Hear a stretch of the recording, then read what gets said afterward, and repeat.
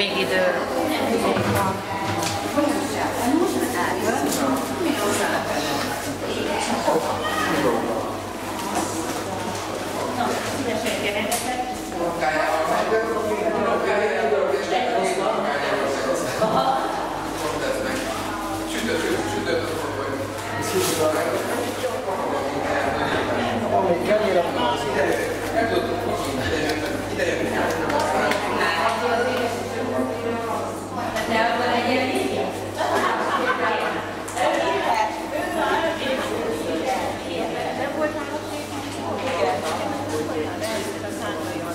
Igen, én voltam.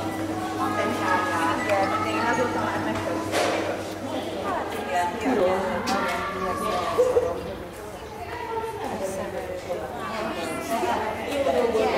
Jó, akkor mindjárt szólok neki, jó?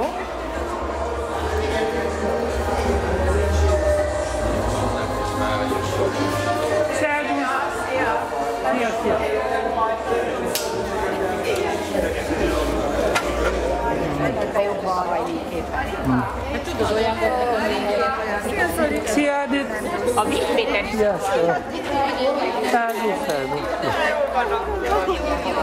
Legöregebbje. Nem látok magam korodani. Az első fecskés. 1959-ben jó lenne még valaki. Hát, nem valószínű. Legalábbis a neten senki nem szólt. Megpróbáltam percre pontosan megtervezni, hogy mikor, mi, hogyan történjen, és eléggé pontos vagyok, mert 15 óra 15 perc van. Ez volt az a pillanat, amikor a következő videót terveztem.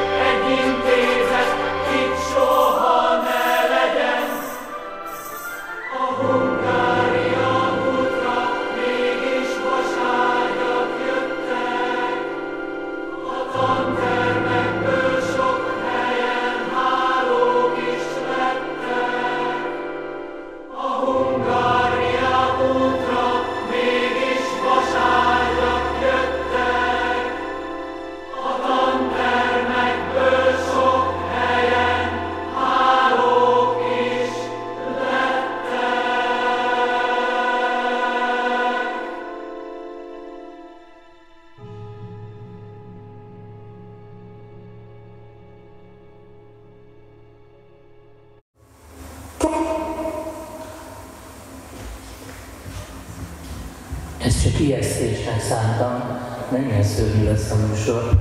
Ezt a mesterséges intelligencia generálta, megadtam neki a szöveget, és azt, hogy egy oratórikus stílusban, 20. századi modern, klasszikus zenei stílusban adja ezt elő, és ezt a kórusművet produkálta. Úgyhogy bízom benne, hogy ez csak arra volt jó, hogy egy kicsit összeszedik a figyelmet, és hogy nem mindig élőben dumálják, és azt megnyitó és köszöntő beszédet is a mesterséges intelligencia fogja meg is fogalmazta, és el is mondja a gép, úgyhogy hozzá már csak képeket kellett válogatni. Azt nem bíztam az AI-ra, mert az a program az fizetős, de ha ingyenes lesz, akkor majd azt is fogom alkalmazni. Kedves kollégák, diákok és tisztelt vendégeink! Ma egy kettős ünnepre gyűltünk össze, az iskola 65. évfordulóját ünnepeljük, miközben egy fontos változásra is reflektálunk az iskola életében. Az eljövendő ősztől kezdve az iskola új korszakba lép, és bár a bentlakásos részlegünk bezárja kapuit, senki sem vonul nyugdíjba közülünk. Esen is és enyhén autisztikus gyerekekkel töltjük fel a létszámkeretünket. Ez a nap sok érzelemmel tölt el minket, különleges mindannyiunk számára. Az iskola falai között megosztott élmények, tanulmányok és barátságok összekovácsoltak minket egy közösséggé, amely az idő múlásával csak erősebbé vált. Az elmúlt 65 évben az iskola nem csupán oktatott és nevelt, hanem otthont adott azoknak, akik beléptek kapuin. Most pedig eljött az idő, hogy együtt emlékezzünk és köszönetet mondjunk mindazért, amit az iskola jelentett számunkra. Az iskola megszűnésének híre talán szomorúsággal tölti el sokunkat, de ugyanakkor büszkék lehetünk mindarra, amit együtt elértünk. Az iskola mindig is több volt pusztán egy épületnél vagy intézménynél, ez egy közösség, amelyet mi, itt dolgozók és tanulók alkottunk. A bentlakásos iskola lényege nem az épületekben vagy a rendeletekben rejlik, hanem az emberekben és a közösség erejében. Az, hogy egyetlen dolgozónk sem vonul nyugdíjba, szintén jelentős mérföldkő. Ez azt jelzi, hogy a közösségünk továbbra is erős és virágzó marad, akárhol is tartunk életünk útján. A bentlakásos részlegünk bezárása nem jelenti azt, hogy a kötelékek, amelyek minket egybekötnek, megszűnnek. Ezek az emlékek és kapcsolatok örökké velünk maradnak, ahogy mi is tovább visszük magunkban azokat az értékeket és tanulságokat, amelyeket az iskolában szerzettünk. Köszönjük mindenkinek, aki részt vett az intézmény életében és formálta annak történetét. Legyen ez a nap emlékezetes, és legyünk hálásak érte, hogy megérhettük. És a műsor után együtt emeljünk majd poharat az iskola múltjára és a közösségünk jövőjére. A korábban megosztott videókat próbáljuk meg közös énekléssel megerősíteni. Eredetileg az 50 éves évfordulónkra készültek, és azért az LGT dalaira, mert ők hívtak meg bennünket, a hetes otthon dolgozóit és diákjait az első búcsú koncertjük főpróbájára a Nyugati pályaudvarra, 1992. május 14-én csütörtökön.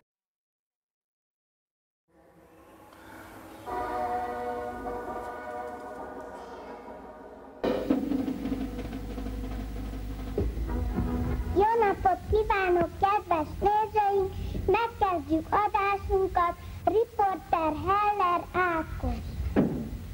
Ma azok a gyerekek lépnek fel, akik a múlt héten szépen számoltak és olvastak. Most következik Völgyesi Ágnes.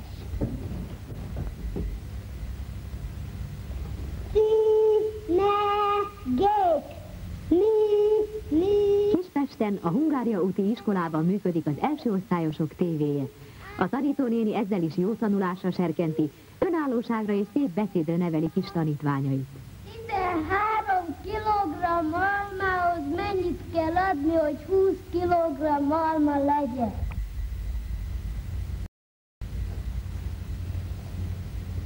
Hét kilogramm almát kell adni hozzá. Majd beszélünk az igazgató helyettes bácsi. Tessék! A gyerekek javaslatára rendszeres műsorszám ez is. Kedves gyerekek! Tegnap este érkeztem meg Csehszlovákiába. Az adásból nem maradhat el a... Gyerekek, eljöttem hozzátok, mert hallottam, hogy milyen ügyesen olvastatok és számoltatok.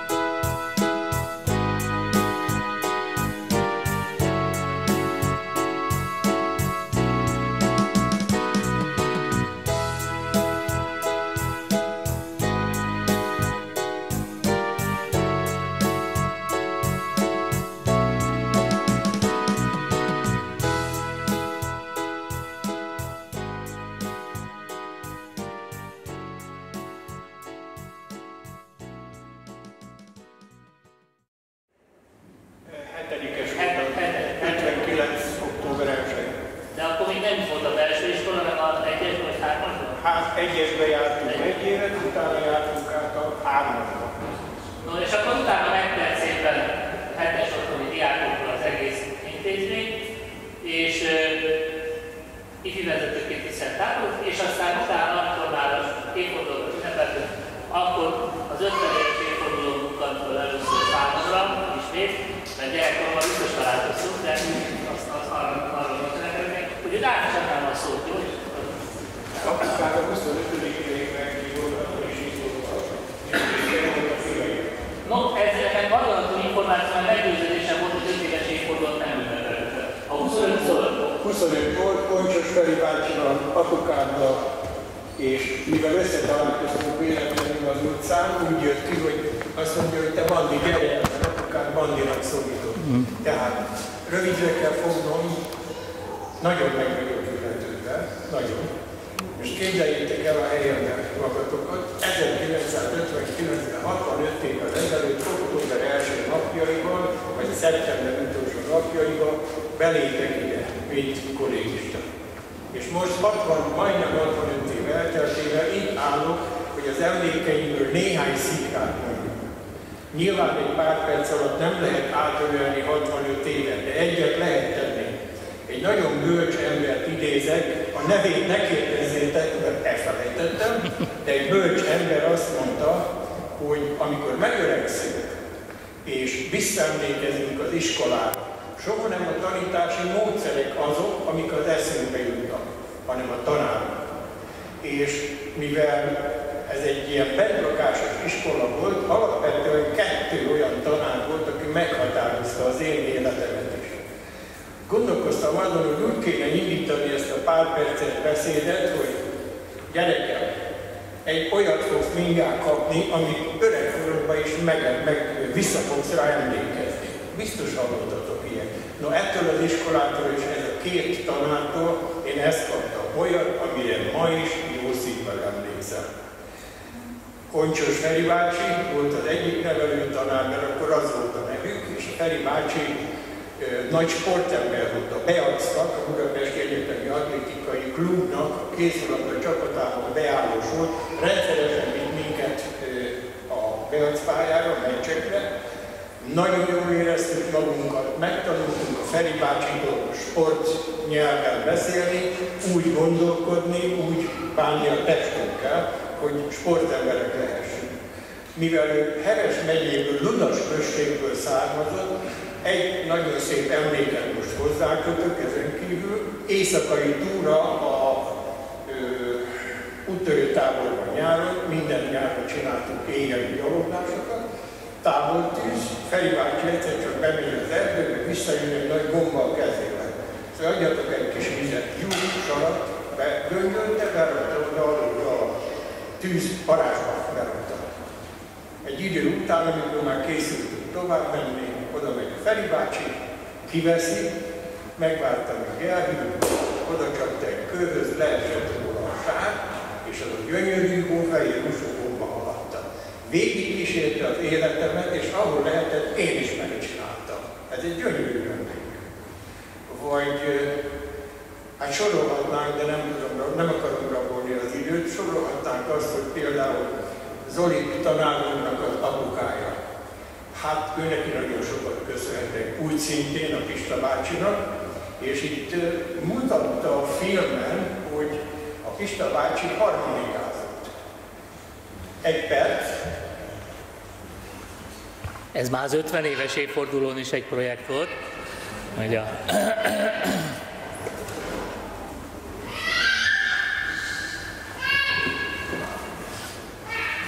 Ő már egy kicsi világharmonika, már össze kellett rokozni és minden.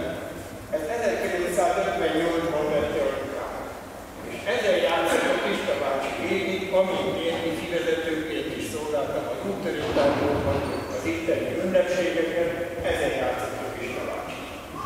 Többen egy évforduló kezébe adtak, persze mindannyian meg voltunk születőzve, fölkülünk magamra.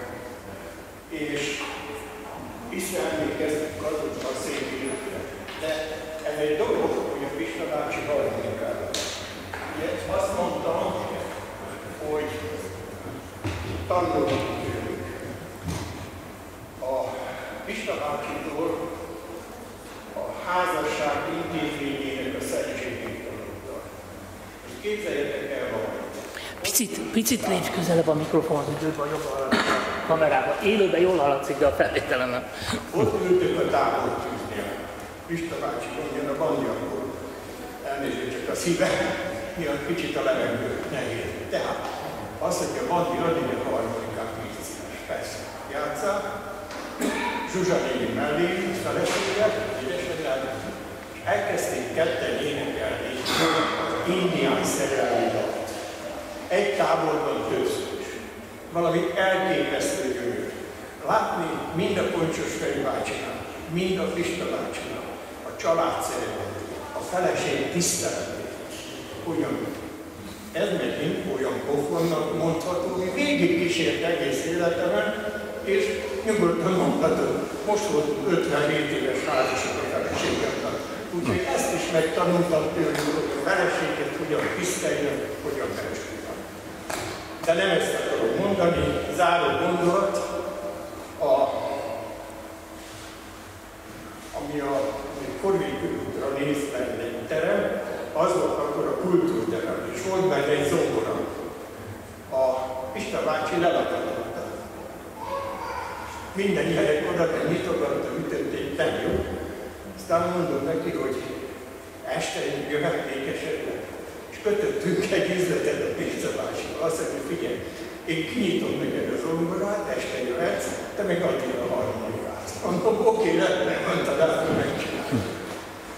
Egyik alkalommal odajött hozzám, azt mondja, este, te Bandi régen zongoráztál. Mondom, nem érzem nyomottan valamilyen, nyomott a hallgatót. Szóval menjél le egy kicsit, vidd a harmonikát, aztán húzzad meg, hátalom, hogy mi jön belőle. Lementem oda a terembe, leültem, gondolkodtam, és hát nem tudom, csak úgy gondolkodtam magammal, hogy mit csináltam. És akkor futkostak az anyagban gondolatot, dallamok, és akkor úgy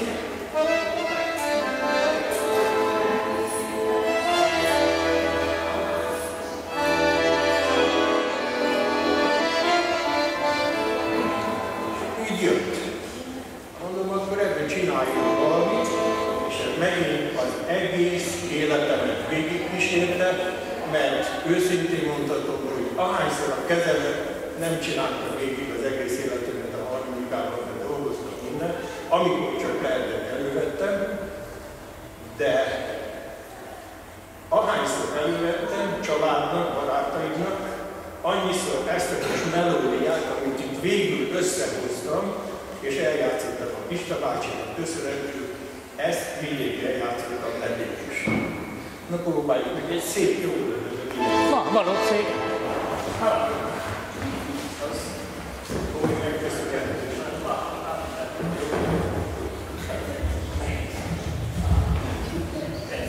Tehát egy ilyen kis diákérek által létrefordult, vagy összefordult valami melódia, nem komoly, de egy egész életet végülését.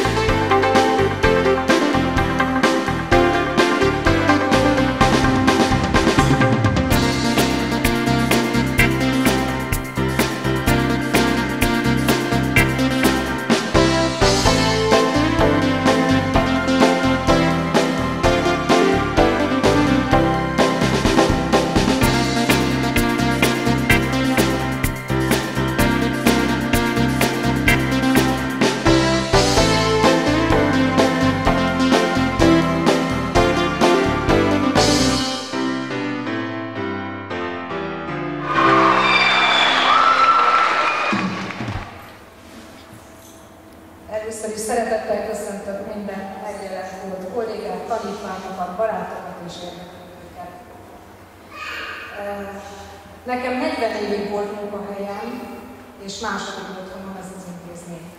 1982-ben kerültem ide a főiskola után, 22 évesen, mondhatom kalandvágyból délutános nevelőtanárnak, de az osztályomban földrajzot is tanítottam. Az akkori hatodikosok az osztályon most 54-55 évesek, de most is nagy szeretettel gondolok rájuk.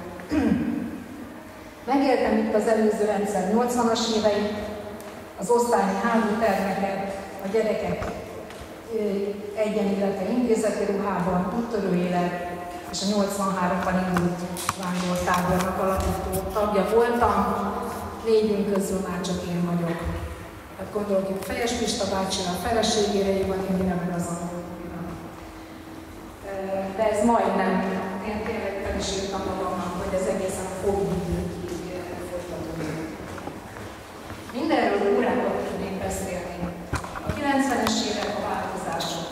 A rendszerben, az épületben, az iskolavezetésben. A 2000-es évek 2 évtizede, ennyi emlék, mennyi gyerek, mennyi politika. 2020 már a veszteségek időszaka, egyre több dolgozótól búcsúztunk, és jött a Covid. Nem akarnak elhinni, hogy minden megváltozik. Abban az évben vettünk búcsút januárban Sidóné Lővénétől, nyáron Kovács Lővénétől, decemberben Fejes István Pista bácsival. Ekkor már a tankerületben is az új vezető korszakban volt. Miért? A külső pesti tankerület a 18-19. és 20. kerületeket fogja össze, és a törvények szerint a mi iskolánk nem üldözhető ebbe a rendszerbe. Ezt azóta tudtuk, mikor az önkormányzatoktól elvették és általánosították az iskolákat. Míg ezt 59-től a fővárosi tanácshoz, vagy a fővárosi önkormányzathoz tartoztunk, vagy elvetetőnkkal együtt. Habár ezt most nem tudom pontosan, de több mint 10 éve megszűnt, a kerületi vezetők úgy látták, hogy fontos szerepet tölt ez az intézmény, de bármilyen felső ellenőrzéskor magyaráztak a bizonyítványokat. Mondom én úgy, hogy több mint 25 évet voltam igazgatóhelyettes itt az irodában, tehát beleláttunk ezekbe a dolgokba is, és akkor eszembe jut, hogy István azt mondta egyszer, hogy még az is lehet, hogy 1 forintért odaadják valami alapítványnak az iskolának. Ez nem teljesen volt publikus, de volt bennünk egy félelem, hogy mi nem csak egész Budapestről fogadtunk gyerekeket, hanem környező településekről is mindenféle budapesti lakcímekkel. 2021-ben a statisztika alapján, vagyis hogy mennyi a gyerek és a felnőtt létszám, hányan vannak a tankerületből, illetve miért van a többség ezen kívülről, sőt Budapesten kívülről, és ez nem a feladatunk. A főváros már csak tulajdonosa az épületnek, az üzemeltető és a tankerületnek. Elnyújtott fokozatosan, de végül ezt a fenntartásos iskolában. Akkor már nem tudhatott első osztály. Sőt, a távozó nyugdíjas kollégák helyett sem lehetett felvenni új pedagógusokat. Hozzá kell tenni erről, hivatalosan meg is értesítettek, csak egy 2 éve január végén megtudtuk egy tantárfelosztásból, hogy még nincs helye azoknak, akik jönnének, hát például a Karsainénkre, amikor megnyugdíjba, ki lesz a testnevelő. És azt mondták, hogy ja, hát felvehetünk valakit, akkor küldjünk el embereket. Hát körülbelül ez volt a helyzet. Ekkor döntöttem el, hogy 40 év után nyugdíjba megyek, és számomra is meglepetés volt a tanít végét sem várni meg. Ezt soha nem gondoltam volna. Sajnos életünk része, hogy veszteségeink vannak, ami ellen nem lehetünk, és ez mindenkit érint, ezt mindenki megtapasztalja. Lezárul egy korszak, a gyerekkor, az ifjúság, de még a középkorunk is, és egyre több a fájdalom, hogy ez velünk is megtörténhet. Most összejöttünk, hogy megemlékezzünk az elmúlt évtizedekről. Emlegessük azt a sok szépet és út, amit itt kaptunk. Emlegessük régi tanárainkat, nevelőinket, gyermekfelügyelőinket és a többi dolgozót, akik értünk, vagy akikkel együtt értünk. Emlegessük a valaha volt és mostani gyerekeket, mert nélkülük nem lett volna ez a csoda iskola. Én bízom benne, hogy nem utoljára jöttünk itt össze, hiszen rengeteg élményünk van. Most beszéljünk ki, és érezzük jól magunkat úgy, hogy ne felejtsük. Van egy elképzelés rendezése egy álmom, és ezt tavaly nyáron a Papszonynak is megmondtam, akinek köszönöm a szervezésért. Meg kéne jelentetni egy könyvet, egy emlékezést erről az iskoláról, úgyhogy minél többen leírnánk az emlékeinket, akár diákok, akár tanárok, és ezt össze kellene fűzni és kiadni. Az Zoliban bízom, mert ő a múltnak a tudója itt a digitális technikában. És még egyet hozzátennék, amikor mondtam, hogy nem tudom, hogy tudok-e jönni biztosan, akkor azt mondtam, nem baj, ha nem jössz, küldöd el, amit írtál, majd a mesterséges intelligencia felolvassa. És akkor úgy gondoltam, hogy azért még itt vagyok, tehát nem akarom, hogy a mesterséges intelligencia olvassa fel a szövegemet, pedig hát eljutottunk idáig. És azt írtam fel utoljára, hogy mit gondoltok, sikerül vajon ez a könyv, és ugye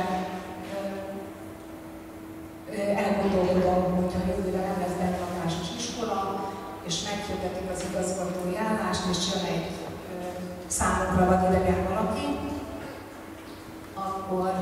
akkor hova lesznek a mi tárgyi emlékeink. Most itt felnézve látom a térképeket, már szinte nem is használnak a tanításkor, mert megnyugodtam, hogy ezek főleg történelmi térképek, de azt hiszem, hogy a földrajzi térképeket se veszi már elő senki. Ami nem lenne baj, ha a számítógépen vagy egyéb módszerekkel a gyerekek ugyanúgy megtanulnák azt, amit meg kell tanulni. Vicadi Solimos úregi más követték, majd Koncsos szép Ferzsel lett az igazgatói szék.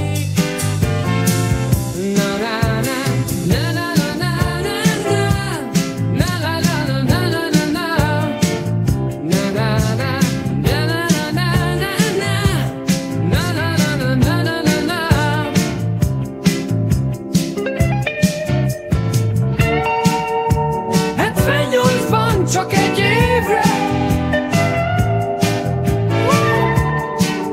Éva néni jött, majd Feri bácsi visszatért, hogy a Robertból.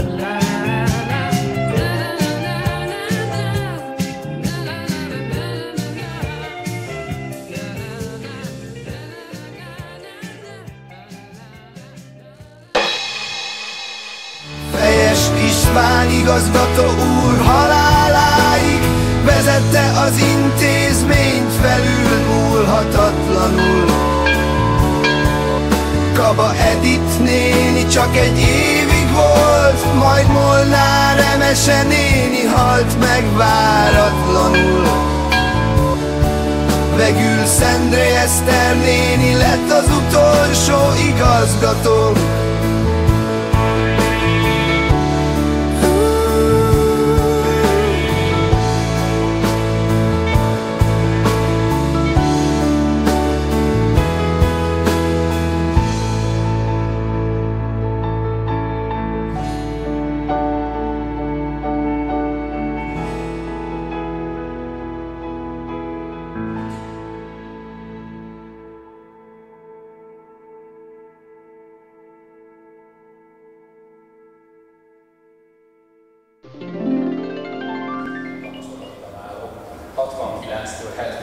tanulóként, 77-től 87-ig kifizetőként, 87 óta pedig a Természetjelentő Egyesület vezetőjeként tevékenykedett.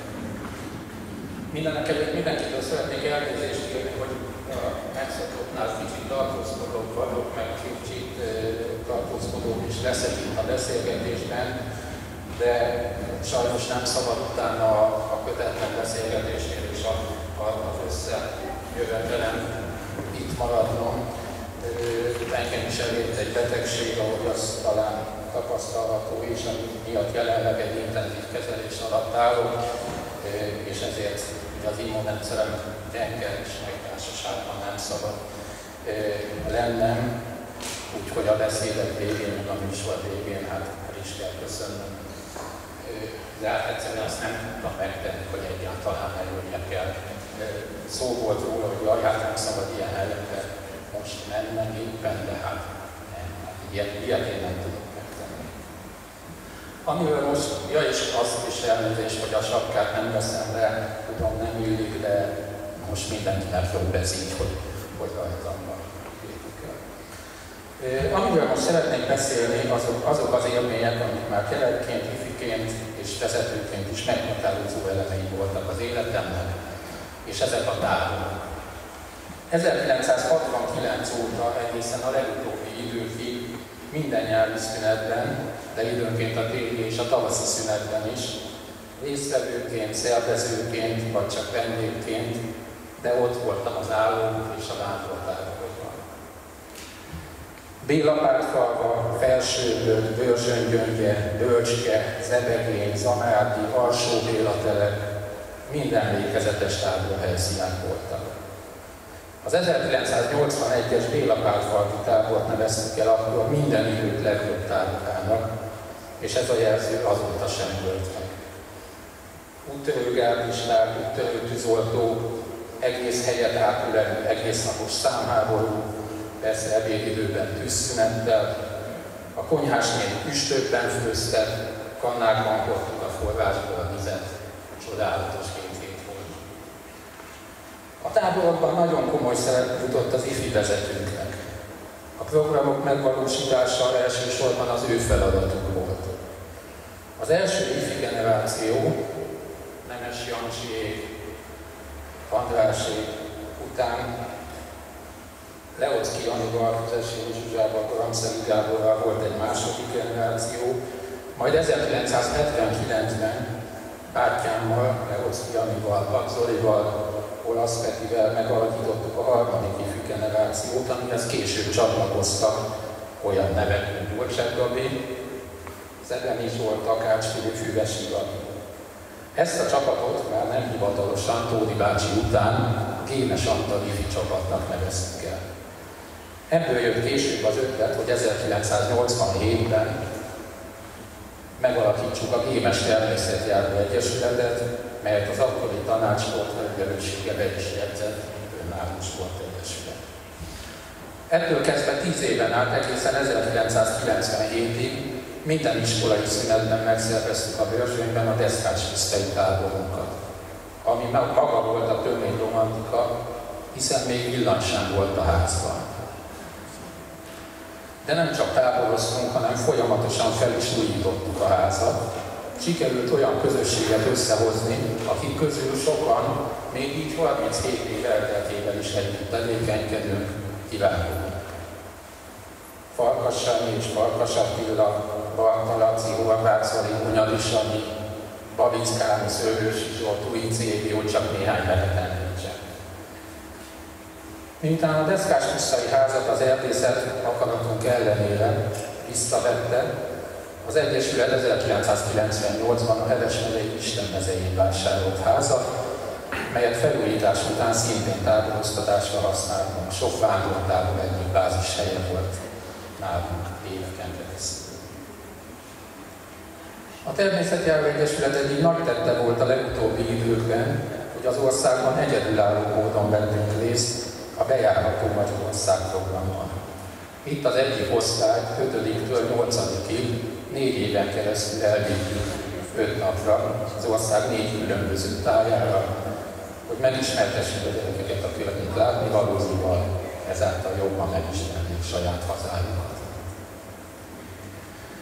Mint a Természetjáró Egyesület vezetője, visszaemlékezésemet egy felajánlással szeretném zárni. Valamikor ősszel, amikor már én is túl leszek a kezelésen, szívesen szervezek egy közös kirándulást, ahova szeretettel várnánk mindenhol diákot, dolgozót, családjukat, mindenkit. Legyen egy nagy közös piknik, ahol jól érezzük magunkat. Erről majd Zolival, majd a Facebookon keresztül majd mindenki megkapja az értesítést, de nekem tervem egy ilyen kis piknikes kirándulás összehozása. Köszönöm, hogy meghallgattatok, továbbiakban jó beszélgetést kívánok mindenkinek.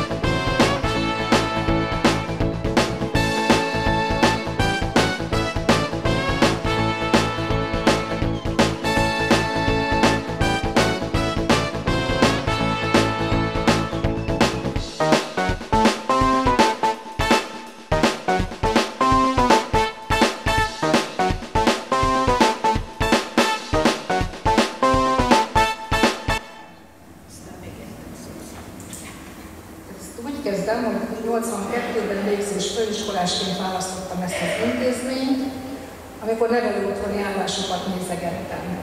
Iskola és otthon egyben, tanítani is lehet, az épületben jó hangulat, zöldre festett ajtófiafák és piros kockás kis tűkönnyök, egy kicsit ilyen tiroli hangulat.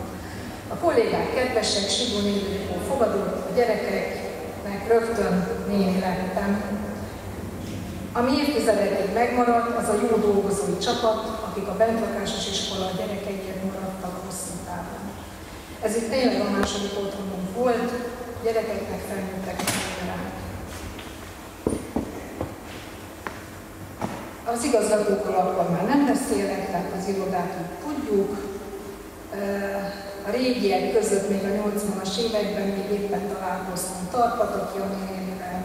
Elnézést, néha nénit mondok, néha meg csak a nevüket. Tehát Tarpataki Jani, Csolki Lövi, Füzesséri Andrea, és az idősek, nekünk idősek voltak, pedig lehet, hogy fiatalabbak voltak, mint én most. Ilonka néni, Hilda néni, Balázs Erzsike, Uda Márta, hosszú ideig. Leocki Éva néni is megjelenik az én első zamádi táboromban. Először 83-ban, ő akkor egy másik helyen volt igazgató. Ó, azok a táborok, néha az Eregényben is, Pista bácsi, Zsuzsi néni. Mi fiatalok akkor együtt érkeztünk. Egyszerre jöttünk Takács Erzsivel, Dalman Göbével, Kirilli nénikővel, Andúlival. A gazdasági irodában akkor Szabó Jani, Petőci Éva és még Irma néni, Nagymódrádi gyermekfelügyelők. Az én időmben még Stark néni, Éva néni, Eszti néni, eszembe jutott. A gyerekeknek ekkor Esztás, Évás, így nevezték őket, rám néztek Eddás, de nem, mégsem. Joli néni, kisfiúknál, Baranyica, kislányoknál, és ez még a 80-as évek. Óriási hálóban az összes nagylány, kislány, kisfiú, stb. Amikor helyettesítettem gyermekfelügyelőt, akkor este nagylányok egyszerre sorakozó, indulásra a zuhanyozóba, a nagyfiúk meg már várták a lépcsőn, hogy jöjjenek már fel a lányok, most ott van az orvosi szoba egyébként, a tornaterem. És rohantak a lányok nézni a tévét, ami a folyosón volt, egy szem tévé, hozták a székeket, mert kezdődött a Fekete Erdő Klinika fekete-fehérben. A tanítás egy osztályban mindent, kivéve a technika és tessék az alaksori kis tornateremben. 84-től már én is tessék és földrajzot tanítottam. Megvoltak az emlékeim a sok sportversenyről, akkoriban még ugye gyermekotthoni hálózaton belül mentünk a Menyecskébe, tornaversenyre, úszóversenyre, tehát nem csak a foci volt, foci, atlétika, de olyan sportokat is csináltunk, pingpong, ki ne hagyja, nagyon fontos volt. Azóta is megvan egy kis kupa, amit 3 gyerek nyert csapatban, és nem fogadták el, hogy hazavigyék, és ragaszkodtak hozzá, hogy az iskolába hozzon, de vigyem haza. Hát még megvan. És emlékszem a Csongozóira, hogy ő mondta, hogy tessék hazavinni. Később jöttek az újabb kollégák, akik hosszú ideig itt voltak, Hideg Ildikó, Vérpali, és itt szeretnék Fejes Istvánról is megemlékezni néhány szóban. Pista bácsi 82-ben leszerelt a katonaságtól, és úgy jelentkezett alsós nevelőtanárnak, hogy 3.-4. délután vitte a gyerekeket, majd 8. osztályfőnökként, tehát ő tényleg az iskola minden pontján, mint pedagógus részt vett, és tudta, hogy mit kell csinálni tapasztalatból. Megszervezte a kuraszakkört, majd 83-tól a vándortábor állandó része lett az életünknek. Amit itt kiemelek, azt mondta, hogy mi a legfontosabb, a gyerekek jól érezzék magukat, mindenhez álljon. És ez akár itt valós is lehet, hiszen itt mi így éltünk. A gyermekfelügyelők között később meghatározók voltak. Sasné Etik néni, Matos Mamsi, Gizi néni, alsóba jöttek az Ági nénik, Ágota, Ágica és Réva Jáni, Orosz Kriszta. A nagyfiúknál Hordácó is megfordult, és azért mondom, hogy tudtam, hogy itt lesz. tanítványból. Egy kicsit, de aztán jött Vörös Tamás, aki a mai napig itt van, Boros Szilvi, Papnyi Editke, a lányoknál sokáig, nagy lányoknál sokáig Budit néni volt, majd Csirpák Irénke, mint pótanya. Istenem, hány embert felejtett ki, írtam magamnak. Alsó tagozat. Régen, 80-as évek, Enikő és Emese, Hortenzia néni. Aztán jött Vásárhelyi Gabi, Szikora Györgyi, meghatározóan, majd Vircsusa, aki 4 év tanítás után igazgató helyettesként volt több mint 10 éve. Majd jönnek a fiatalok, Jelinek Móri, Anett, Ján Judit, Hajduk Jancsa, fel sem tudom sorolni hányan, akik szintén szívügyéknek érezték az iskolát. Ne hagyjam ki a délutános nevelőket, akiknek nagyon fontos szerepük volt, ezt a tapasztalatból tudom. Balázs András, akivel együtt is dolgoztunk, aztán később óraalóként is visszahívtuk. Víg Péter, Frici bácsi, Hozvári Monika, Nagy Gabi, Király Erika, Nagy Zsolt, vagy Réder Feri 4 évig, aki Vérpali mellett volt, és a Vérpali az, aki most nem látom itt, de ő még az egyik, aki nagyon, nagyon régen itt tanít, és még mindig itt van. Sokáig itt volt Kovács Nédecki Éva, aztán eszembe jutott, hogy PZT-vel voltak párban, aki Zolinak a tanári munkája mellett a régi dokumentumok őrzője. Aztán eszembe jutottak a tablók. Halmai Tamás rajszakosként 91-től kezdte a tablók készítését, és mindig boldog voltam, amikor visszajöttek tanítványok, és megmutathattam, hogy de melyik éppen jártál ide, gyere nézzük meg. Hát 91-től, tehát 80-as évek még nem voltak, de azóta minden évben. Majd ezt Erdős Zoli vette át, és mindenki lett, a művészeti nevelést rajzok ő oktatta, és legtöbbször ő csinálta, kivéve amikor osztályfőnökök, nevelők átvették testnevelőként. Karsi Irénke volt a meghatározó, hiszen ő is több mint 2 évtizedig oktatta a sportot, és hozzá kell tenni, hogy tényleg sajátjának éreztem. Amikor erre sétál, de hogy látom, hogy nincs letakarva az ugrógödör télen, pedig ezt mindig megcsinálta a karbantartókkal, gyerekekkel, hogy tiszta legyen, ne a macskák piszkítsanak bele. Tehát tényleg gazdája volt, és utána már vannak lelkes emberek, akik tanítanak, de hát nem szakosak. A könyvtár, és eszembe jutott Gémesné Nagy Emília, aki magyar tanár, akit magyar tanárként is szerettük, aztán Juhász Ágya, aki a mai napig is itt van, és nagyon sok mindent csinál. Én gondolom, hogy ezeket a dekorációkat is úgy csinálta, hát ezt nem nehéz kitalálni, és eszembe jutnak a történelmi vetékedők nagyon sokáig, amikor a történelmi táncokat tanultuk minden évben, én nem is tudom hány évig tudja, és ezzel egy kis szint vittük a vetélkedő életébe, hogy a tanárok próbáltuk a táncokat is. Gyerekek nagy örömére. És akkor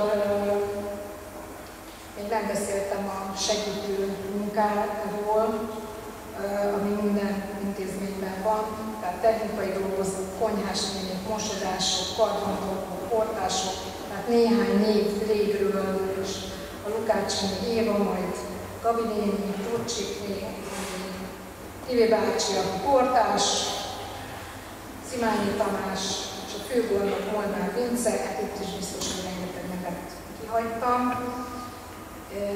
és egy kicsit csapongva segítő munkatársa, a Tomolátnyasi Ildikó tanított is, de nagyon sokáig gyermekvédelmi felelősként dolgozott, és támogatta a gyerekeket, a családokat, és hozzá az ő munkaközösségébe tartoztak a pszichológusok, régi esznevet sokáig volt Kelemenőbolya, a mai napig pedig a Dia néni, majd fejlesztőpedagógusok, Mezőlaki Ágota, Anett, Ancsa, és tovább. Aztán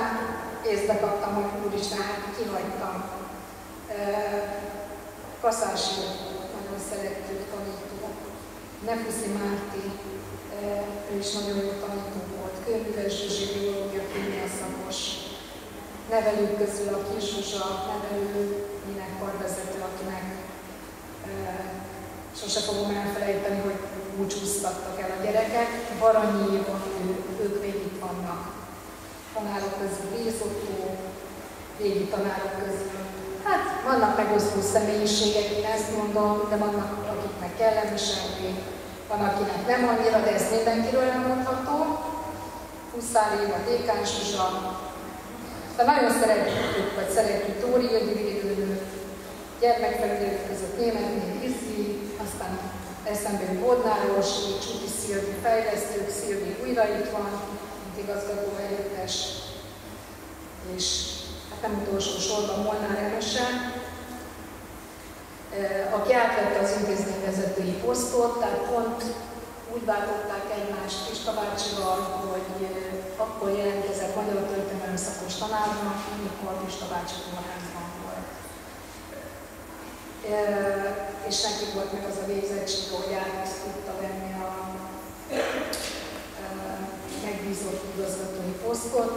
Én bíztam benne, hogy átmenti a régi értékeket. Ez így is volt, hogy ő tudta, hogy itt milyen hagyományok vannak, a fehér asztalos, mindenféle dolgot, még ezt meg tudtunk beszélni, hát ő tragikusan elhozott januárban. Új idő, új feladatok jönnek, amíg mi itt vagyunk, emlékezzünk. És nem szeretném tovább folytatni, még egyszer mondom, hogy valakit kihagytam, akkor gyertek és mondjátok el. Még nevelő otthonnak hívták, mikor beépesületett 959 őszén, Vekerlén egy hely, imád Kőszén.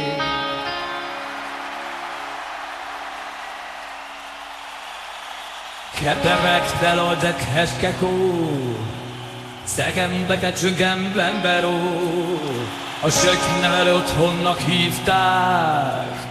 Mikor benépesületett 959 őszén, Vekerlén egy hely.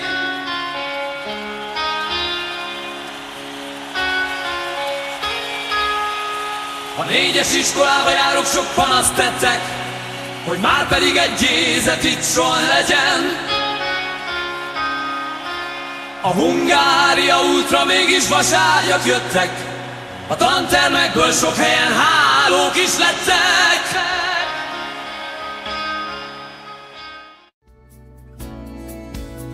Rég múlt, mikor az volt, hogy a 4-es 7-esség vált. Meg egy asszony ki a pártja hangján szólt, nagyot álmodott, majd hozzáfogott. Egy fúlt a sok leány, ki oly is több immár nem a 4-esbe járt, mert helyét egy intézeti diák és sok teremből háló lett, jött sok vasagy, de nemben tanult még ekkor minden diák. Az 1-esben és 3-asban voltak órák, de délután itt voltak már a tanszobák. Amíg te játszottál egy téren, egy kollégiumban nőtt fel sok kisrác, tanullak és hazamentek a hétvégeken, de hétköznapban voltak rendesen. Még 50-es évek voltak, és megindult az hegyetlen év. Április 7 nevelő otthon volt a cégtáblán, Klepko Ede, csapatunk szét, Széges színy nosszekelőcs, Pelácsik, Ámár, Ipsoj, út, Megyú a vén. Piden, Rokko Bép halla, Ajtott éghasnál, Adakú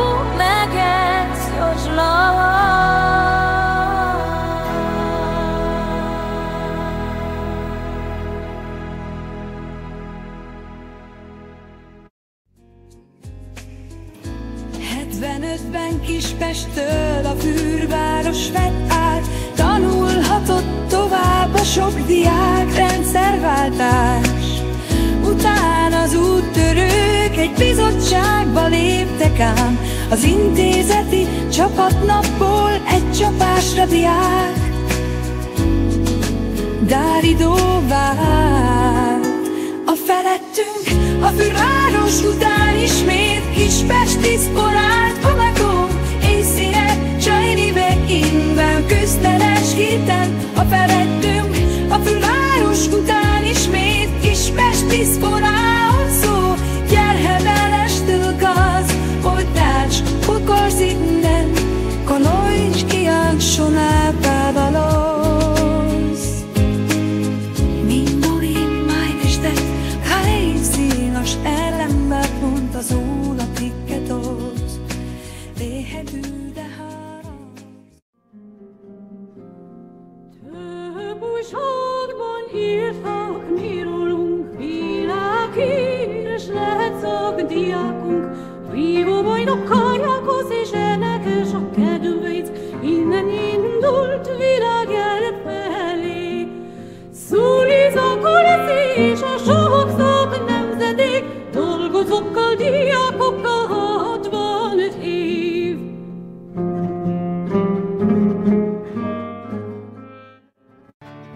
Mikor az volt, hogy a 4-es 7-essé vált, egy asszony ki a pártja hangján szólt, nagyot álmodott, majd hozzáfogott, nyúlt fúlt a sok leány, ki istől immár nem a 4-esbe jár, mert helyét egy intézeti diák veszi majd itt át.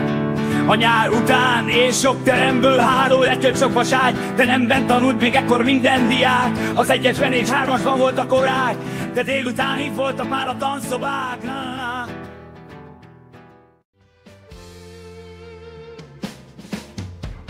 Versenyeket szép kis hazánkban, kerületben és a világban. 95-ben a tetőtér épült be, a hálókban a létszám így csökkent. A magyar tévé deszkás pusztán tábort látogat, tananyag lett a sok gyakorlat.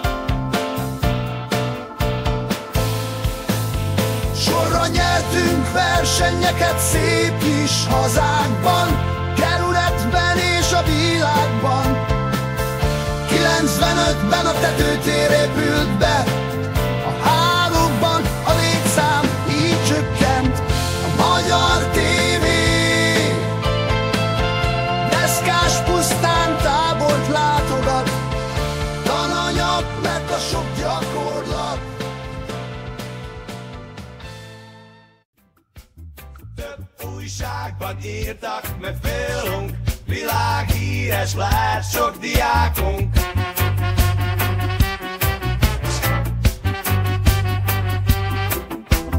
Vívóbajnok Karjakosz és énekekkel szövet, innen indult világír fele. A Szulia Kolesz és a sok-sok nemzedék, dolgozókkal, diákokkal 65 év. A Szulia Kolesz és a sok-sok nemzedék, dolgozókkal, diákokkal 65 év.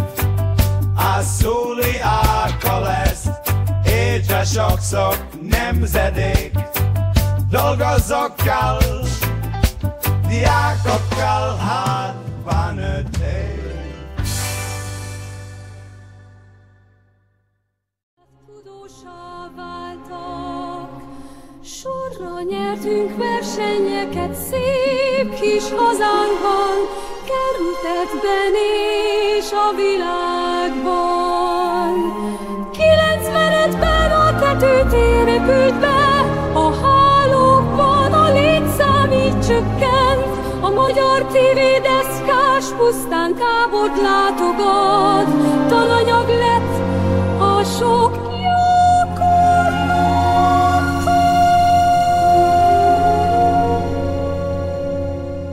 A suli, a kolesz lesz, és a sok-sok nemzedék, dolgozókkal, diákokkal 65 év, és ha néha nem is tűnnek fel, sok jó gyerek ballagott már el. Pikádi ég, Szolimos úr egémás követték, majd Koncsos szék, Fencser lett az igazgatói szék.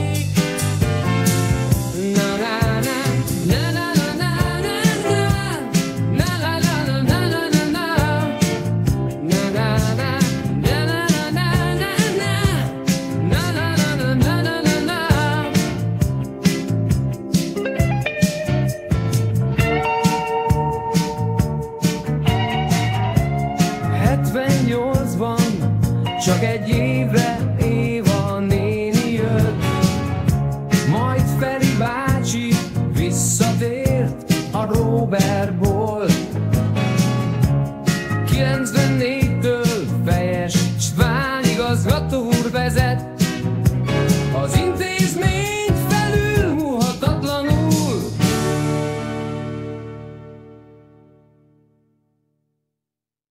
Fejes István igazgató úr haláláig vezette az intézményt felülmúlhatatlanul.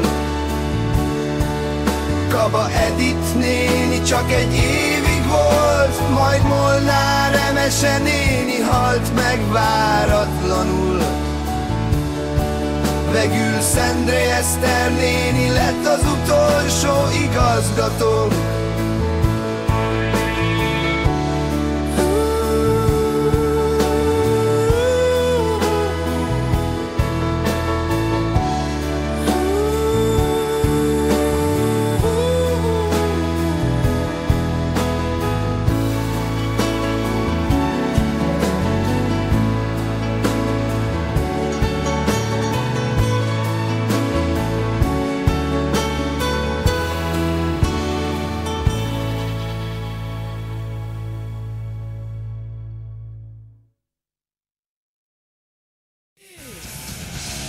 Újságban írtak mi rólunk, világhíres lett sok diákom. Viva, bajnok, kajakosz, és énekezés, dönvész, innen indult világhír felé. A szuli akkor lesz és sok-sok nemzedék.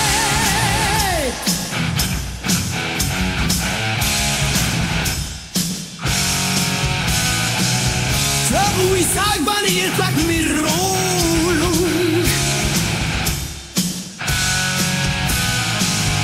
világhíres lett sok diákunk.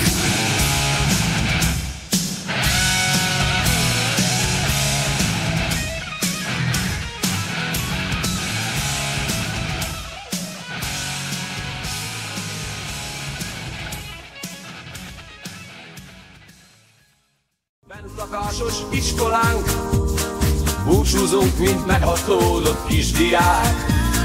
65 év története sok talán, de senki sincs, ki átérte ezt igazán. 40 évnyi videó is segíthet ebben ma már. 64-ből 85-től mozgó képek garmadát nézheti meg jó pár éve bárki is.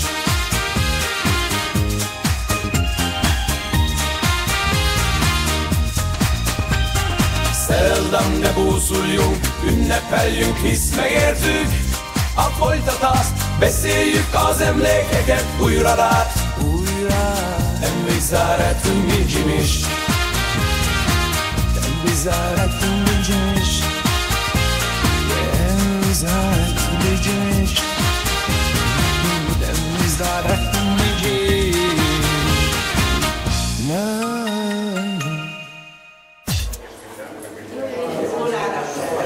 Mi ott van játszottunk a vitában.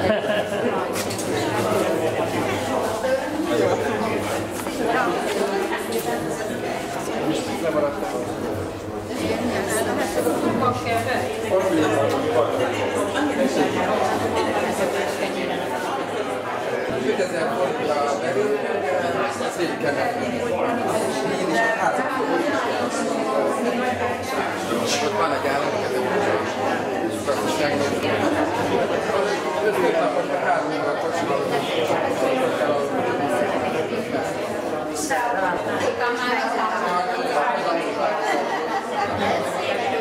Thank you.